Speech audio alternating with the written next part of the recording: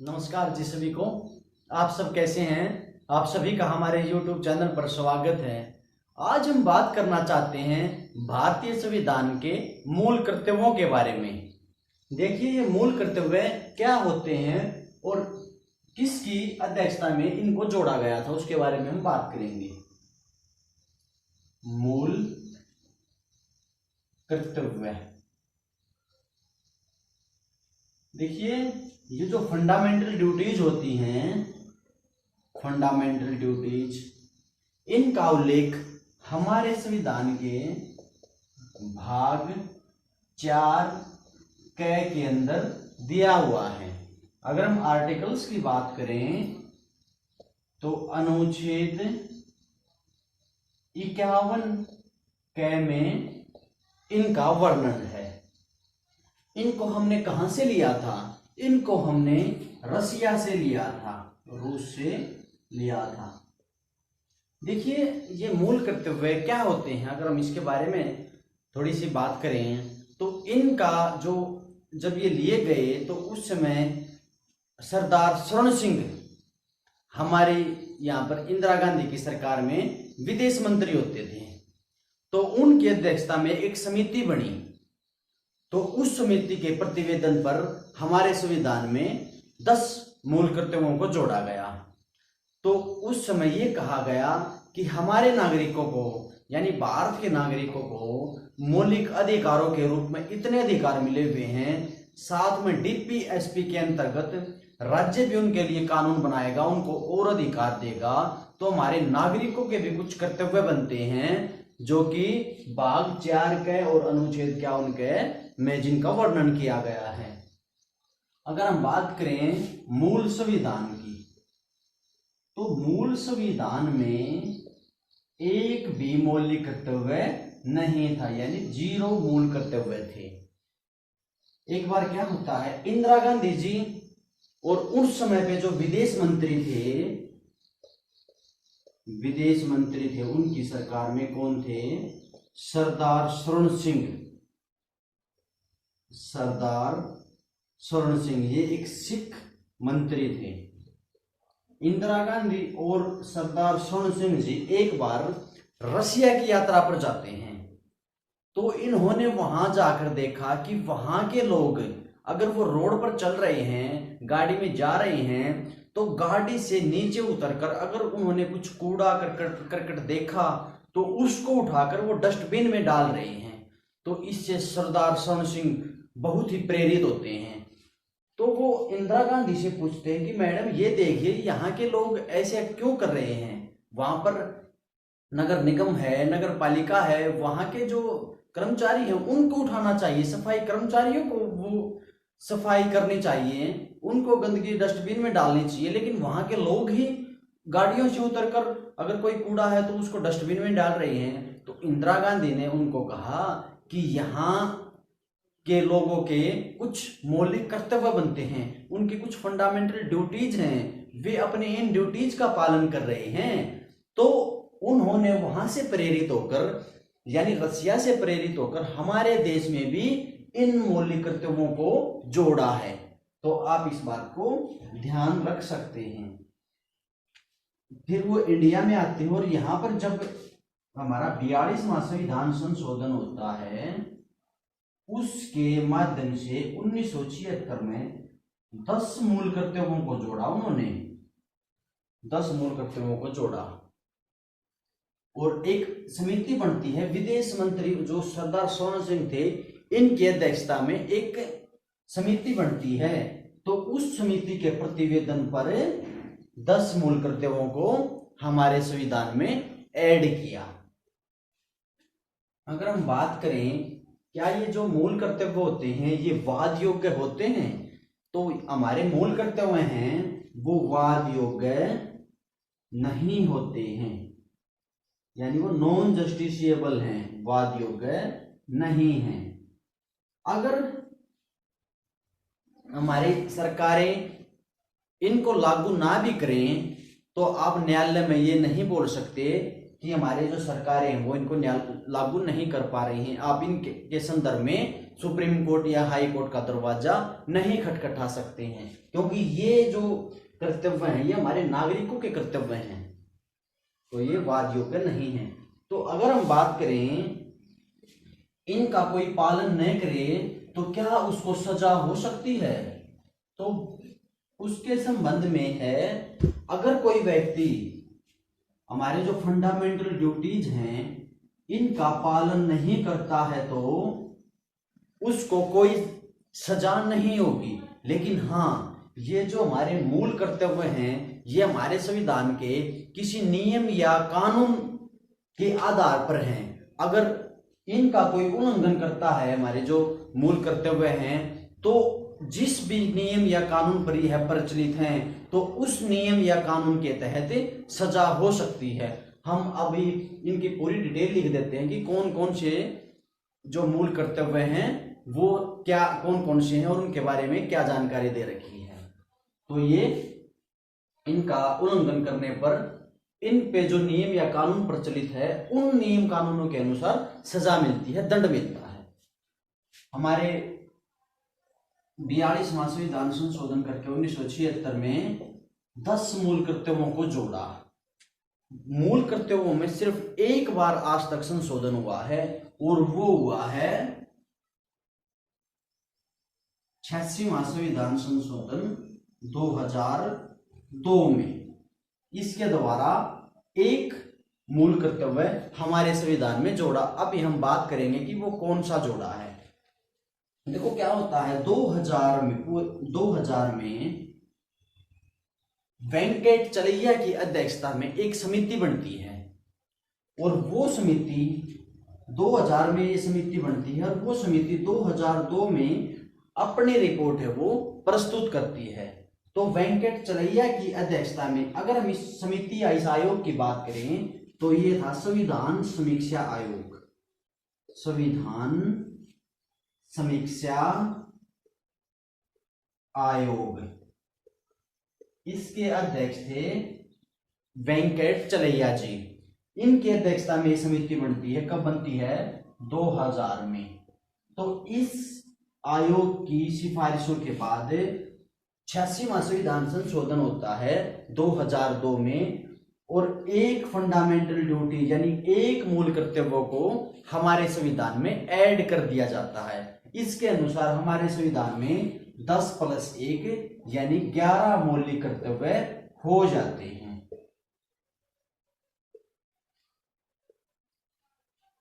एक बार क्या हुआ था, 1999 की बात है, 1999, हमारे सुप्रीम कोर्ट के एक जज थे, उनकी अध्यक्षता में एक समिति बनी थी। उस समिति का काम क्या था? वो थे GS वर्मा।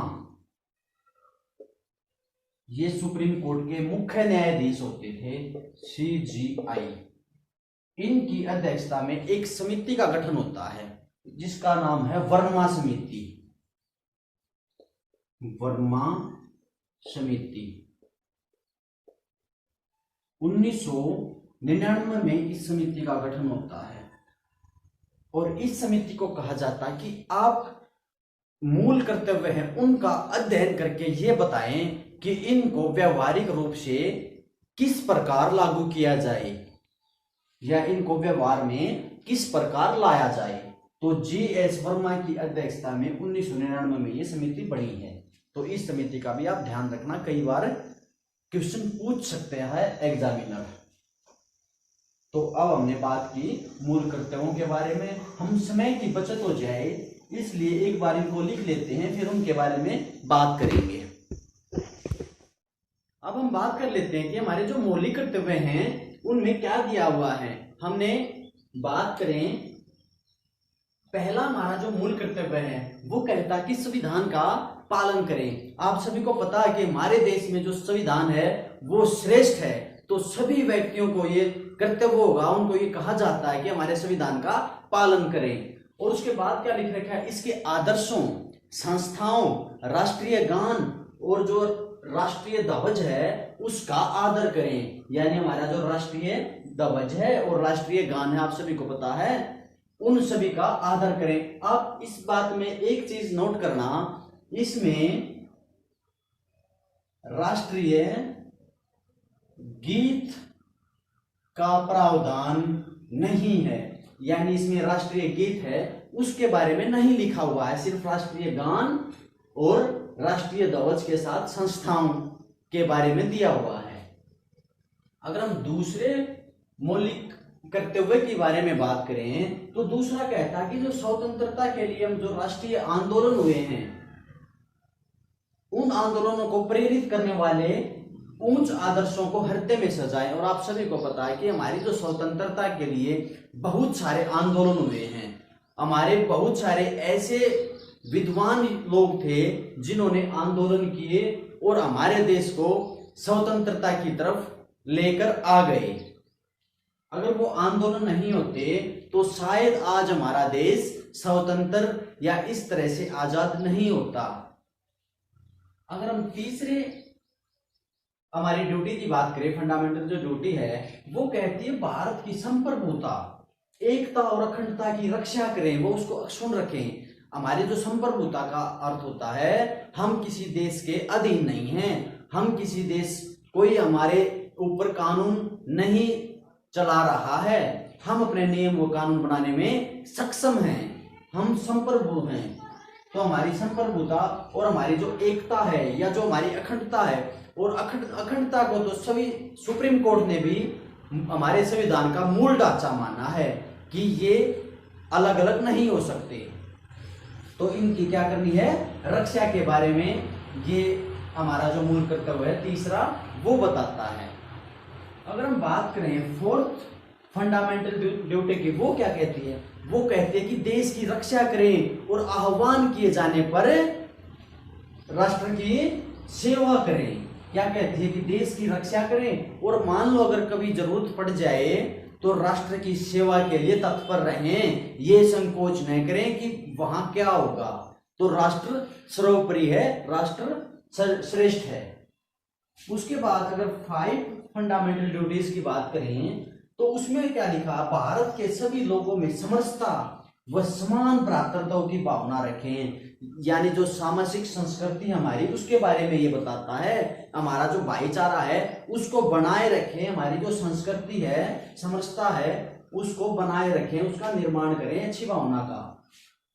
उसमें जो धर्म, भाषा और प्रदेश के वर्ग किसी के साथ कोई भेदभाव न करें, वो भेदभाव से परे हो, यानी किसी को आप धर्म के आधार पर, भाषा के आधार पर या किसी को क्षेत्र या प्रदेश के आधार पर किसी के साथ कोई भेदभाव न करें कि ये उस धर्म का है, ये उस भाषा का है, ये उस क्षेत्र में रहता है, तो किसी के साथ कोई भेदभाव न करें।